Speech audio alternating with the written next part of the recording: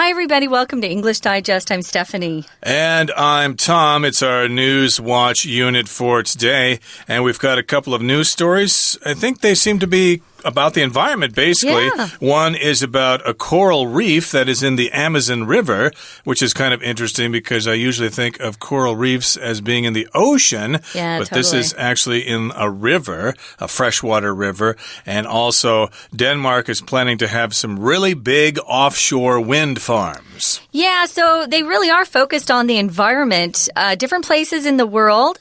I hadn't heard about this new coral reef they found. It's really exciting. Let's get started, guys. We're going to read through both the stories first, and then we'll be back to break them down.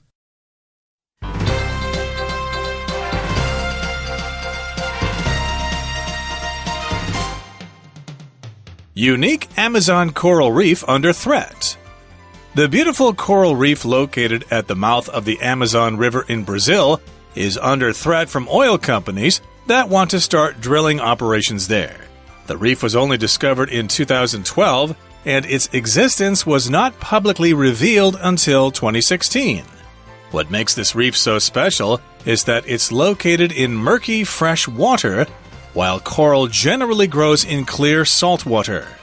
The Amazon reef is home to over 100 species of fish, lobsters, and other marine life. Unfortunately, the area is also home to an estimated 14 billion barrels of oil. Before the reef's discovery, the Brazilian government had already sold licenses to drill for oil at the mouth of the Amazon. It is unfortunate that nothing has been done to alter plans to drill in the area, despite the damage this would cause to the reef and its inhabitants. Environmental organization Greenpeace has already organized protests and petitions against the drilling operations. It says that the reef is a stunning natural wonder and also helps remove carbon dioxide from the atmosphere. Denmark plans for bigger offshore wind farms.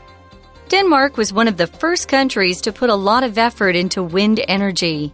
It proved to be a successful move. Denmark is on course to get 50% of its electricity from wind farms by 2020. The industry wants to keep improving, though. In April 2017, manufacturers announced plans to build huge wind turbines off the coast of the North Sea. These turbines could be taller than the Eiffel Tower and would be able to produce more wind power more cheaply than any current turbine. There are a number of advantages to wind power. It's pollution-free and renewable, and it has enormous potential. On the other hand, wind farms cost a lot to set up, meaning the electricity prices are higher. Moreover, wind power is variable compared to other energy sources. This is why offshore wind farms are better. They can take advantage of storms to generate more power.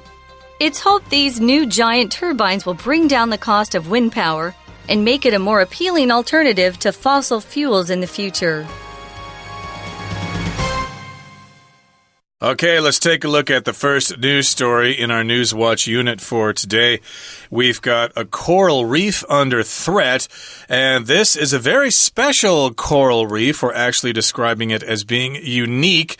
Unique means kind of du-i-wu-ar. It's kind of special. There's not another one. It's the only one of its kind. And yes, indeed, I guess this is probably the only freshwater coral reef that people know about. I've never heard of a coral reef being in fresh water. It's kind of crazy. So we're calling it unique, and it's there in the Amazon River, the mouth of the Amazon River to be precise. So the beautiful coral reef is located at kind of the entrance of the Amazon River. That's what the mouth is. In Brazil, it's under threat from oil companies because they want to start drilling operations there. I think they'd planned to start drilling before this reef was even discovered. What a discovery. Yes, indeed. And of course, coral is a hard, stony substance that is created by marine animals. And of course, a big coral reef is down there in Australia. I think there may be some coral off the coast of Taiwan as well. The reef is that large thing there under the water. But this one is under threat, as are a lot of coral reefs in the world. Well, let's talk about this one. It's a beautiful coral reef at the mouth of the Amazon River. Remember, the mouth, as you said, is the entrance. That's where the river river flows into the sea. The source is where it starts. I don't know where the source of the Amazon River is in Brazil, but this particular coral reef is under threat from oil companies, and these oil companies want to start drilling operations there. Drilling or drilling operations just refers to when oil companies dig into the ground in order to get oil or petroleum out of the ground. Yeah, I actually grew up with a dad who drilled for oil, so I've seen these. They kind of look like big ants to me, big machines, but they pull up either petroleum or gas sometimes. They pull it up from the ground, so it takes a lot of work to get it up.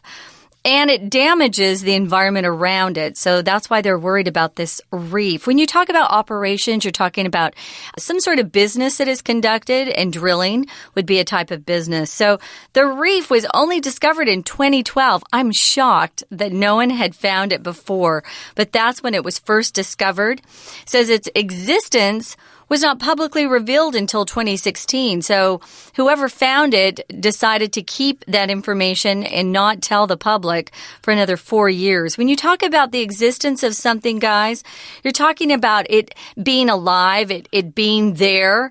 You can talk about something having survived something kind of bad if it's still in existence, maybe after a bad storm. But here we're just saying it's there.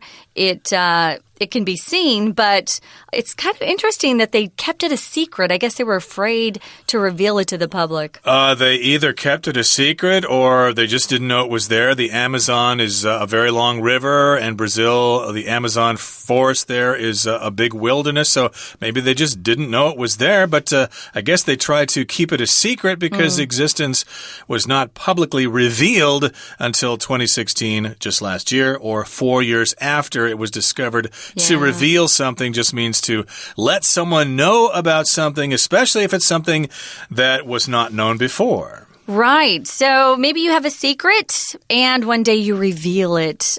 Or if you've ever watched a magician, sometimes they will cover some sort of magic trick and then they'll reveal something like a rabbit pulling it out of the hat. So it's something that you hadn't seen before or didn't know before and then is revealed or made known. What makes this reef so special is that it's located in murky fresh water. This was an interesting phrase here, murky fresh. Usually when you think about fresh water, it's clean, you can see through it, it's nice, you can drink it. But here it's murky. When I see murky, I think of dirty. Maybe there's a lot of sand or dirt in the water. It's hard to see through. So it's an interesting area to have a coral reef, but it's murky, but it's fresh. And what's so very unique about it, like we said, it's growing in fresh water and not salt water. Right, fresh water doesn't have any salt in it, so of course ocean water is salt water, and rivers and lakes tend to be in fresh water or have fresh water. So yes, indeed, coral generally grows in clear salt water and not murky fresh water, so that's why it's rather unusual, that's why it's unique, that's why it's special. The Amazon reef is home to over 100 species of various creatures here. We've got fish, lobsters, and other marine life. If something is home to something, that's where they live. That's what you have there. And these are various kinds of creatures. Lobsters, that's like longxia. And marine life just means things that have to do with the ocean. Yeah, anytime you see marine, you know it has something to do with the sea. If you're a marine biologist, you're a biologist who works with the ocean, animals and creatures. So, unfortunately, it says the area is also home to an estimated 14 billion barrels of oil. When people see oil, they think money. So, of course, they're going to be trying to protect this coral reef against people who just want to get rich. In the second paragraph, it says, before the reef's discovery, the Brazilian government had already sold licenses to drill for oil at the mouth of the Amazon. They didn't know that the coral reef was there, and so they had gone ahead and given permission in the form of a license. If you want permission to do something like drive a car, you have to get a driver's license. Or in the States, at least, if you want to go fishing, you have to get a fishing license to permit you to go fishing. So a license is just permission from some sort of government, maybe an authority figure that says you have the right to do something. Right. So, yeah, they need to have those licenses if you want to drill for that oil at the mouth of the Amazon. It is unfortunate that nothing has been done to alter plans to drill in the area, despite the damage this would cause to the reef and its inhabitants. So, yes, indeed, they really haven't been doing much to protect the environment there, to alter these plans. Alter just means to change something, especially from an original plan. Well, our original plan has been altered. It has been changed. And yes, indeed, this might cause some damage. You might get oil spills and things like that. Yeah. And also, it might hurt the inhabitants there, the people who live in the area. Yeah, or the animals, the marine life. So environmental organization Greenpeace, which is very famous, has already organized protests and petitions against the drilling operations. Not surprising. So if you are protesting, here it's a noun form of the word protest, but it's also a verb. Pronounced the same way, the emphasis doesn't change. It's still protest. Protest. I guess you could say protest. You let people know you're unhappy about something, and protests go on all the time around the world, especially protests against the government, something they've done. We see protests here in Taiwan quite frequently as well. Down by the presidential palace, there are protests all the time. Yes. And also petitions, that's when you get a bunch of people to sign their name saying that they want to stop something or to promote something. In this case, petitions against drilling operations. It says that the reef is a stunning natural wonder and also helps remove carbon dioxide from the atmosphere, which is a problem. Too much carbon dioxide in the atmosphere can cause global warming. Methane is actually worse for that, but that's another story. The atmosphere, of course, is the air that surrounds the Earth. That's true. So right now, guys, it's probably a good time to take a break. We're going to listen to our Chinese teacher, and then we'll be back for headline number 2, which is about Denmark and their offshore wind farms. Hi everyone, my name is Jenny. 今天我们要看的是第3单元。好，今天我们来看新闻。新闻里面的第一则是什么呢？跟珊瑚礁，在亚马逊地区的珊瑚礁有关系。好，我们看到到底是为什么会有这样的事件？首先我们要知道，其实这个地点呢，以前从来没有被发现过，竟然有这样美丽的海底世界。可是呢，就在亚马逊河的河口这个地方，它现在呢要开始进行钻油这样子的作业，所以就变成可能危害到这一片的珊瑚礁了。那在文章里面呢，首先我们就要看到，他提到呢，这一片珊瑚礁被发现的时间其实只有这几年，时间是2012年，之前没有人知道的，所以我们注意到句型里面 not until， 我们知道 not blah blah blah until 某一个时间点，就表示说是直到什么时候才怎样，所以它其实呢，基本上呢，大概就是在2016年，大家才通通都知道，它才公开的被公布，然后大家都了解有这一片珊瑚礁。好，下面呢，他就说到了，那为什么这一片珊瑚礁会这么特别呢？这组句型也很重要，因为这个句型它本身的主词就是一个 what引导出来的子句，这个名词子句 What makes this reef so special？ 好，整个子句当主词，所以动词是单数的 is， 让它非常特别的原因就在于是什么？这个后头当作补语的位置也是一个子句，它用 that 来引导 that引导出来的子句非常的长，从 that 开始一直到这一句话结束的地方。那这整个原因就是说，一般呢，其实珊瑚礁我们知道它是生长在清澈的海水里，可是这片珊瑚礁在亚马逊河河口哦，这边是一个淡水。我们知道这个也就是它特殊的原因，记得句构里面的 that 加子句。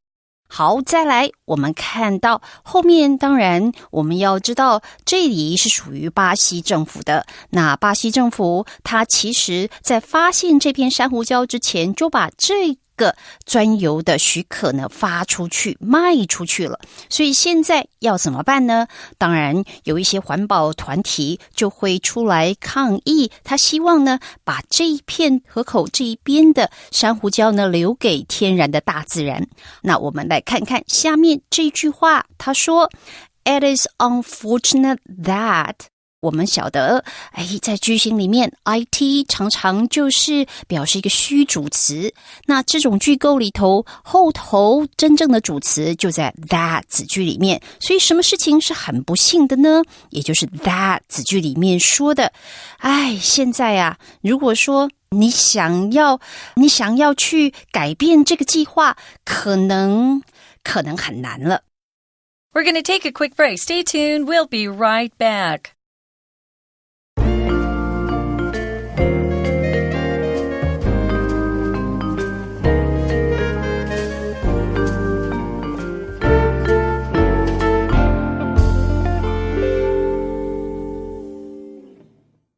Welcome back, guys. We're talking about two news stories. One is about a new coral reef that's been discovered down there in Brazil in the Amazon, near the Amazon River, the mouth of the river there. And now we're moving on to some offshore wind farms in Denmark. Exactly. So Denmark has some plans for bigger offshore wind farms. If you see a bunch of, what are those things called? Windmills, I guess? Yeah, windmills. Actually, wind turbines is technically what they're called. They're all along the coast of Sinju there. I've seen quite a few there, or out by Taoyuan there. And if you have a bunch of those wind turbines together, then that is called a wind farm. So they want to have bigger ones that are offshore. The ones in Sinju there, or in Taoyuan, or on the shore, or maybe they're offshore a little bit. I don't know. It's been a while since I was there. Out in the ocean, yeah. If they are out in the ocean, then they are offshore. They could be a mile offshore, or they could be 20 miles offshore. It just means they're out there in the ocean. Well, Denmark was one of the first countries to put a lot of effort into wind energy. Yes, indeed, this is a Scandinavian country. They're quite progressive here, so of course they're one of the first ones to actually put a lot of effort into building those wind farms and building those wind turbines to create wind energy. Well, you mentioned windmills when we first started, and I immediately thought of the Netherlands, where they had a lot of windmills before we knew what wind energy really was. That was just sort of a traditional way they did their farming. But now we have wind turbines, which are much, much bigger. So if you see a windmill, it's kind of cute and pretty, but it's not really functional. Like a wind turbine is huge, and it produces a lot of wind. So they've got a lot of these going on offshore. Denmark, it says, is on course to get 50% of its electricity from wind farms by 2020, which means they have a goal, they have a plan outlined that if everything goes according to their plan and they stay on course, they don't get off course, that means they're going to get 50% of their electricity that they need to run their country from wind farms in the near future. 2020 is just around the corner. Right. On course means you're going where you're supposed to be going. If you're off course, then you're not. And that's when planes get lost and things like that, when they're off course. But this plan is on course. They want to get 50% of their electricity from wind farms in just a couple of years. And the industry wants to keep improving, though. They're doing a good job, but they want to do better. In April of 2017, manufacturers announced plans to build huge wind turbines off the coast of the North Sea. So Denmark is next to the North Sea, as is England. The North Sea there is a sea north of Europe there. And if you're a manufacturer, that means you're a company that manufactures things, that makes things, usually in factories. Yeah, in big factories, you make big quantities. They've got plans to build these off the coast of the North Sea. These turbines are huge, like I said. They're saying they could be taller than the Eiffel Tower, which is really tall, and would be able to produce more wind power more cheaply than any current turbine. I'm sure they're bigger than any current turbine, at least that I've seen or heard of. I've never heard of any that are that tall. When you're talking about things that are current, guys, they're things that are happening now in modern time, right now. So instead of having old-fashioned turbines or turbines from the past or turbines in the future turbines, we have current turbines. We're talking about things that exist right today. Exactly. Well, there are a number of advantages to wind power. Of course, there are probably some disadvantages as well, but advantages are things that are beneficial, that are good for you. So these are things that put you in a favorable position. So let's talk about what some of these advantages are. It's pollution-free and renewable, and it has enormous potential. So it's pollution-free. Yeah, it doesn't really create any air pollution or water pollution. They're pretty clean. And also they're renewable, which when we talk about renewable energy, it means we're not burning something that will burn and no longer be there, like oil and things like that.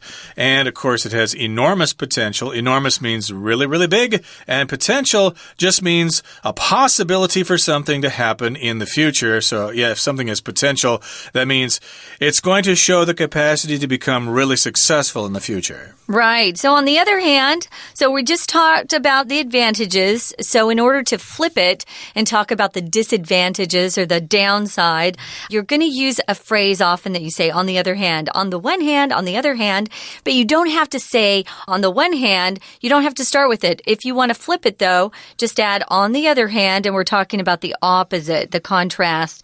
So wind farms do cost a lot to set up. If you're building something that's taller than the Eiffel Tower, offshore, I can imagine it would be expensive, but that makes the electricity prices higher, as it does for most alternative forms of energy. We still haven't gotten the price down. We're getting there. Moreover, it says, wind power is variable. The wind doesn't always blow at the same speed is what this sentence means. It changes, especially when you compare this power to other energy sources, which we can control a little bit more. This is why offshore wind farms are better than onshore wind farms, which are these wind turbines that are just found outside. Well, you said you saw some in, was it Thailand or along the coast there? Yeah, if they're in the land, they're onshore, but these are way offshore where the ocean is. Most of us aren't out there. So, but it can help with this variable power problem that the offshore wind turbines can produce more energy that way. Yes, it's variable. They also say that solar power is variable. What do you do on cloudy days? Where are you going to get your energy from if you're using solar power? Well, unless you live in Arizona, where I grew up. Okay, fair enough. It's going to be sunny there all the time. Yeah, it's pretty sunny. Or the Sahara Desert or whatever. Mexico, probably lots of sunshine there. But in any case, yes, indeed, we've got variable situations with wind power. So I guess if you put these offshore, far out there, there's going to be storms out there and maybe more wind out there, who knows, and they are able to take advantage of those storms to generate more power. In this case, to generate means to create energy, to create power, and it's hoped that these giant turbines will bring down the cost of wind power and make it a more appealing alternative to fossil fuels in the future. That's what they're hoping in Denmark, and I'm guessing they're also hoping this in other parts of the world. They will bring down the cost of wind power. To bring something down just means to reduce something. In this particular case, they want to reduce the cost of wind power. Right now, it's more expensive than just burning fuel or burning oil. Yeah, gas right now for cars is very, very cheap, at least in the States. In Europe, their gas is much higher because they have higher taxes, but they're really trying to help bring down that cost so that people will be more excited about using it. But just to get 50% of their electricity by 2020 is pretty amazing. So when you're talking about something that's appealing, it's attractive to you, it's something that you think, oh, wow, yeah, I like that. So they're looking for things that are attractive to users, to consumers like us out there. If it's an alternative, it's another choice. Sometimes we don't have choices. We have one choice. But if you have alternatives, people feel like, wow, I have a little bit more freedom to choose what I want. And they're looking for something that will be appealing. If it's too expensive, it's not going to be as appealing as it otherwise would be. And you might be facing this dilemma at every presidential election. Well, okay, I don't like this candidate. Well, what's the alternative? The other one, I don't like that one so much either. Right. So maybe the alternatives just aren't attractive to you, but in any case here, they want to make it more appealing, more attractive to people, and they want it to be an alternative to fossil fuels. Fossil, of course, I think think in Chinese is 化石, which is something that was created millions of years ago and is still underground. If we refer to fossil fuels, we're most often referring to petroleum, but it also could refer to coal and I suppose natural gas, but I don't know much about that. Is that actually a fossil fuel as well? Yeah, it's considered. I wanted to mention, sometimes we use fossil as kind of a joke. You know, someone's really old-fashioned. He's kind of a fossil. We had a teacher in my high school. We called him an old fossil. So sometimes you'll hear it referred to that way, something that's really old. But if you go to natural history museums, you're going to see a lot of fossils, things that, have turned into rock at this point, but they used to be animals that have died and were around millions of years ago. So it's kind of a fun thing to look into. I hope that they really do get the price down. It sounds like a great alternative. And they're kind of cool. There are a lot of wind turbines in my home state, and at night it's pretty cool because you see a big long row of red lights because all of them have a little red light on the top so that airplanes won't crash into them. It's actually kind of cute, actually. But in any case, we wish them the best of luck with that. And that brings us to the end of our lesson for today. But before we say goodbye, we'd like to hear from our Chinese teacher one more time. 好，我们继续来看第二则新闻。好，这次新闻呢，在哪里？在 Denmark。丹麦，我们要谈的是风力发电。风力发电呢，当然这是一种天然的能源，而且呢比较不会制造环境的负担。那丹麦其实事实上在这几年他们正在努力的推动这种风力发电，而且他们预计在2020年之前，希望全国电力有一半是来自风力发电。我们注意到这种时间上 by 2020， 这个 by 基本上就是一个截止线，到这个2020年之前可以达到什么样的目标。好，那我们知道丹麦这边他说要建风力发电机，它是建在北海的近海海域，而且预计呢这样子的风力发电它可以产生出来的可能是比我们一般或现在其他的这种发电方式更便宜，而且还产生更多的风力，更廉价的风力。那我们来看这个句构啊，这当然是一个比较级，所以你看到 more than， 那 more than 这个比较级有什么重要性呢？第一点就是说，如果你用比较级里面啊，你后头这个 than 好讲的是任何当前目前的这种发电方式、发电机这样子，你用到any 后面加单数名词，好，这是一个重点。第二个重点就是说，我们要往下读，在下一段里头有一种听起来像比较级，可是其实又不是像 more than 的句构。如果大家看到下一段里面，他提到说，从 moreover 开始 ，wind power is variable compared to other energy sources。 好，这句话的 compare to 当然这是一个句型哦，那这个我们可以把它当偏语来背，就表示和什么比起来，比什么起来的话，另外一个东西是如何的状况。那这个句型呢，它听起来好像也是比较级，因为你会有一种和什么比起来，可是要记得当你用 compare to， 它基本上呢，你前面谈的这个形容词也好，副词也好，只是用原级的形容词或原级的副词。就像这里你看到说 wind power is variable， 变数是大的。换句话说，如果你跟其他的这种能源比较起来，其实风力发电变数算很大。好，那我们看到这两个比较级之间，说起来其实后面这个并不是比较级，而是 compare to 的用法，要特别的注意。OK， 我们今天的解说就到这边结束，下次见。That's it for today. Thank you so much for listening, and please join us again next time for another edition of our program. And here's hoping that all of your news is good news. From all of us here at English Digest, I'm Tom. I'm Stephanie. Goodbye. See ya.